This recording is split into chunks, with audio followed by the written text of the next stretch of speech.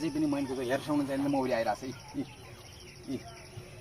मौरी आइसक्यो हेर्नुहोस्। किनभने यो साथीहरू यो 3 तरिका गरेर तपाईको घरमा मौरी आएन भने यो टाइममा तपाईको एरियामा मौरी छैन भन्ने बुझ्नुहोस् है त।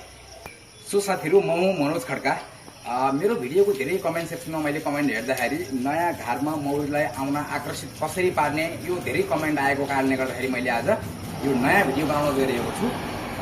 सो सर्वप्रथम त हामीले घरलाई चाहिँ घरमा जाला साला मौरी मात्रले जालाहरू राखेको हुन्छ यसरी उसले सर्लक्कै साफ गर्नु पर्यो हैन।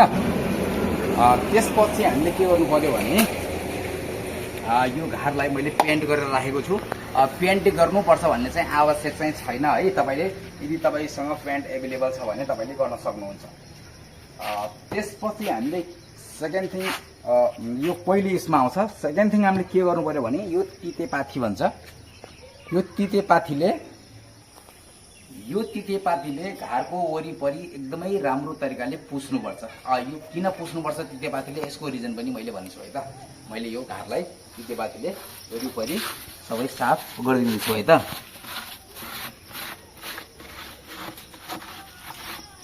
सो साथीहरू मैले अब यो तितेपातीले पुछिसकेको छु हेर्न सक्नुहुन्छ यहाँनिर यसरी तितेपातीको मुनि यसरी धुलो आयो। अब हामीले के गर्नु पर्यो भने घरको जालाहरू सबै हटायौँ। तितेपातीले हामीले यसमा पुछिसक्यौँ।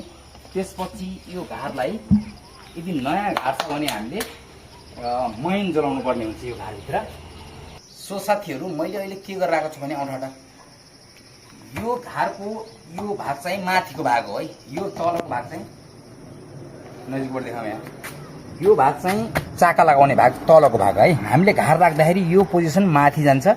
यसमा हामीले मैनको थोपाहरू चुहाउने छौँ। यसमा मैले भित्रबाट गोबर माटोले यो घरमा धेरै छेचका टोटकाहरू भएको कारणले गर्दाखेरि गोबर माटोले एकदमै यसको छेचकाहरू टालेर सुकिसकेको छ। अब मैले यसमा मैनको थोपाहरू चाहिँ खसाउँछु है त। पहिला मैले मैन बत्ती बालेँ किनभने लाइटर धेरै तात्तिन्छ नि त। ट्याक्क गर्न फोकस लाग्छ त्यही बिचमा। अब यसरी हामीले यसमा मैन ड्रप गरिरहेको छौँ हेर्न सक्नुहुन्छ।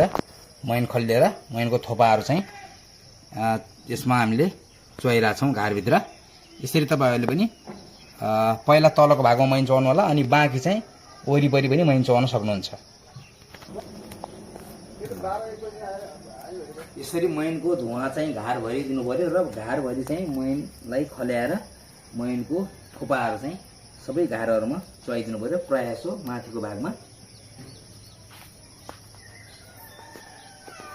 यसरी हामीले घरभरि मैनलाई जलाएर थोपा चुहाइसकेपछि अब हामीले यो घरलाई राख्ने ठाउँमा घाट फिट गर्छौँ। एकचोटि अझै पनि यसमा भएको धुलोहरू यसरी हटाएर अब घाट फिट गर्ने ठाउँमा घाट फिट गर्नु पर्यो फौजलाई। सो साथीहरू यहाँनिर हेर्नु सक्नुहुन्छ यो पोजिसनमा हामीले घरलाई राखेर अब अझै पनि मैनको त हेर्साउनु चाहिँ मौरी आइरहेको छ।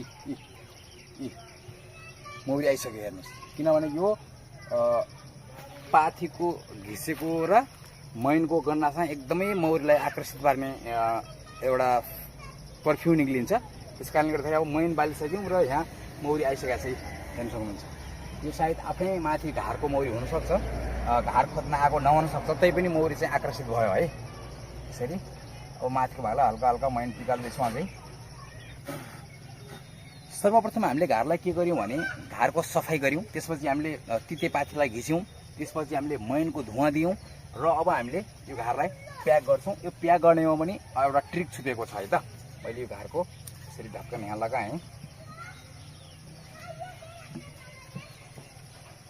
घरको ढक्कनहरू प्याक गर्दाखेरि तपाईँको एरियामा मौसम कस्तो छ त। यदि तपाईँको एरियामा जाडोको मौसम छ, धेरै जाडो छ भनेपछि पुरै प्याक गरेर अगाडिको घरको एन्ट्रेन्सलाई मात्रै छोडिदिनु होला।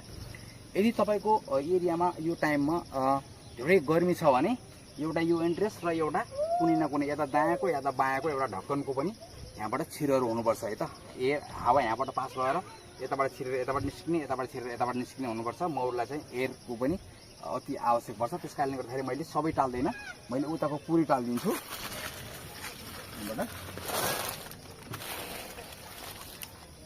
यताको भुँडाहरू सर्लाकै टालिदिएँ मैले।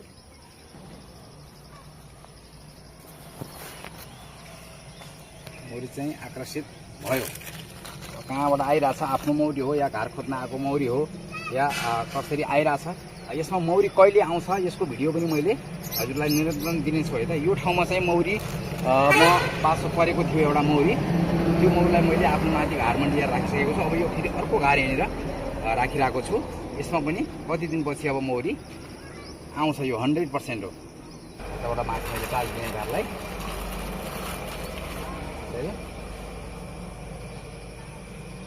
चाहिँ थुप्रो मौरीहरू यहाँनिर आइसक्यो, आकर्षित भयो मौरी। अब मैले यो यहाँबाट पनि ठाउँ छोडिदिएँ र यहाँबाट पनि यो ग्यापलाई छोडिदिएको छु। यहाँनिर मौरी यहाँबाट छिर्न सकोस्। धेरै ठुलो ग्यापहरू पनि नछार्नु होला, भित्र छेपाराहरू बस्दियो भने फेरि मौरीहरू बस्नु रुचाउँदैन।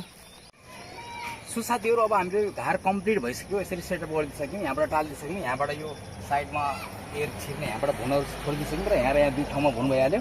पानीको लागि माथि बोराहरू राखिदिइसक्यौँ। अब यो 2-4 दिनमा 5-10 दिनमा 15 दिनमा कति दिनमा आउँछ, 10 दिनमा है। यदि 10 दिनभित्र यो मौरी आएन भने फेरि यसको ढक्कन खोलेर यसको जालाहरू निकालेर फेरि सफाइ गर्नेछौँ। पाथीले सफाइ गर्नु परेन। 10 दिन 15 दिनमा चाहिँ हामीले फेरि यसलाई ढक्कन खोलेर जालाहरू लागेको छ कि केही किरा काटीहरू बसेको छ कि यो सबै कुराहरूलाई चाहिँ सफाइ गरेर फेरि चाहिँ ढक्कन लगाइदिनु पर्ने हुन्छ। 15-15 दिनमा चाहिँ हामीले घरलाई हेऱ्यौँ भने मौरी चाहिँ अवश्य आउँछ। यति गर्दा पनि मौरी आएन भने तपाईँको एरियामा यो समयमा मौरी छैन भन्ने बुझ्नु होला है त। मौरीलाई आकर्षित पार्ने तरिका यही नै हो, अरू कुनै यसको मेडिसिन हुँदैन है त। हेर्नु त्यहाँनिर मौरी घुमिरहेछ, आकर्षित भएर यहाँनिर आइरहेछ मौरी है। ल हवस् त, यति भन्दै म यस भिडियोबाट बिदा हुन्छु। हवस्।